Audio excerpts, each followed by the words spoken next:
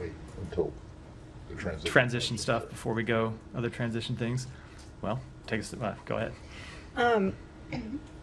How is the State Department and how is the State Department planning to handle conflicting policy goals in the Middle East between the current and the incoming administration? Meaning, the incoming president has said that he doesn't necessarily feel that a ceasefire deal in Gaza is the best way to resolve the war. We obviously know Secretary Blinken, President Biden are like 100,000,000% committed to that. Is it something where there's room for sort of talking about it in negotiations, or do you continue 100% on?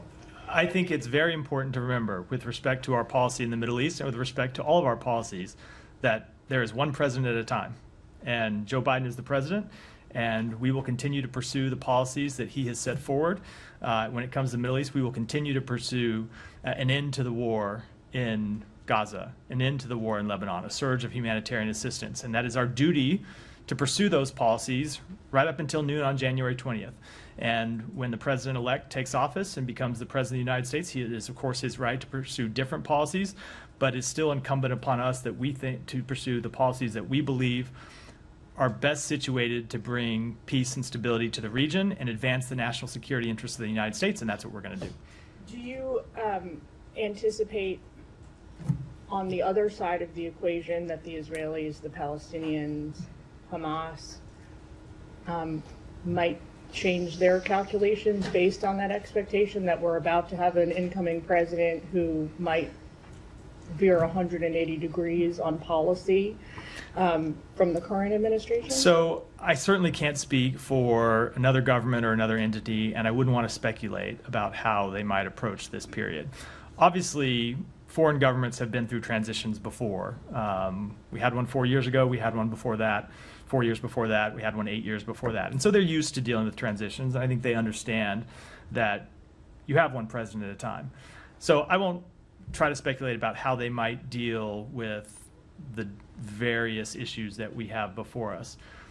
I do believe, and the Secretary continues to believe, that an end to the conflict in Gaza is not just in the interest of the Palestinian people, but it is in Israel's interest. And finding a way forward that provides not just short-term security, but lasting security for Israelis and Palestinians alike is in the interest of the government of Israel. And so we will continue to have those conversations with them. But as you have always heard us say, they're a sovereign country and they will make their own decisions. And that's true in the transition as it was true before Election Day.